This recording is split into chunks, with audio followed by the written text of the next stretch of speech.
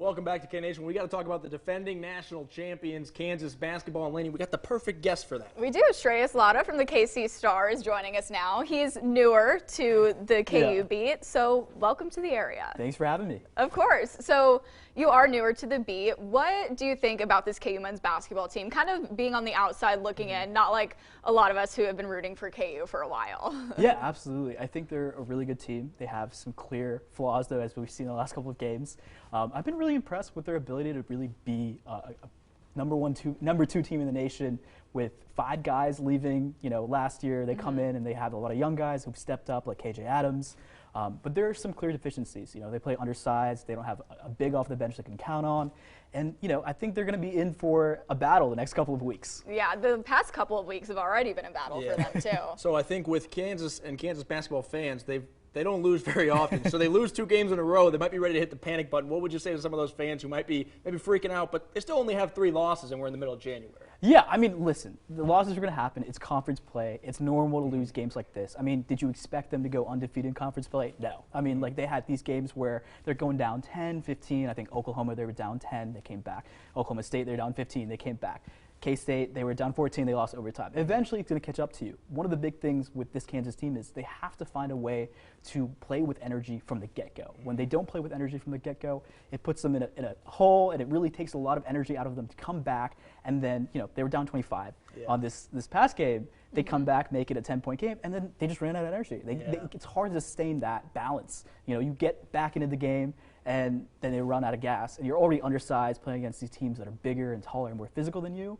It just adds up in the game, and it shows. I think, they're going to be okay. Like these Bill Self teams, they're really good. They're always good. Right. And, obviously 2 straight conference losses is tough, but it's all about playing with energy on both ends of the court, getting guys out of the shooting slumps they've been. Grady Dick has been, I think, 3 of 16 from 3, and just from there, doing the little things will add up over time.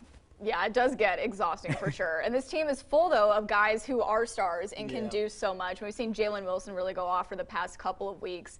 Do you see KU maybe struggling, figuring out how all these stars can shine at one time? I don't know if it's just struggling. It's just, when Grady Dick doesn't make his threes, it really puts a lot of onus on Jalen Wilson to make a lot of shots. When Grady Dick makes 3. Yeah, no, absolutely. Because it's like, who is the secondary scorer on that team? Kevin had 6 shots, I think, where he made 5 out of 6 yesterday.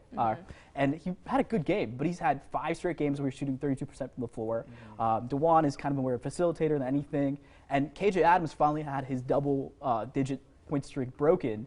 And, like, if he's not hitting those, then it's just Jalen Wilson. And, you're really putting a really hard scoring load on him because you can't win basketball games like that. You can't expect him to hit 25 shots a game and win continuously. Now, I'm going to ask you a tough question here because I always think March Madness is completely unpredictable. On paper, when you look at it, you've seen this team. Are they good enough to contend for another national title? I think so. I think a lot of it's, like you said, is going to come down to matchups. I think if they play a team like Tennessee, UConn, I'm a little afraid to see what happens there because, they clearly don't have trust in that bench big. They're having guys like Zach Clemens, who comes into the game, and when he plays, he's kind of a liability on defense. If he doesn't make his threes, it's tough to watch him out there because he gets beaten off the ball. He has kind of a quick feet, issue where like guys are quicker and stuff like that. And if Self doesn't trust his bench, which is fine because he plays 7, 8 really most years, that's fine. But the versatility is gone. The ability to throw different things at different teams is gone.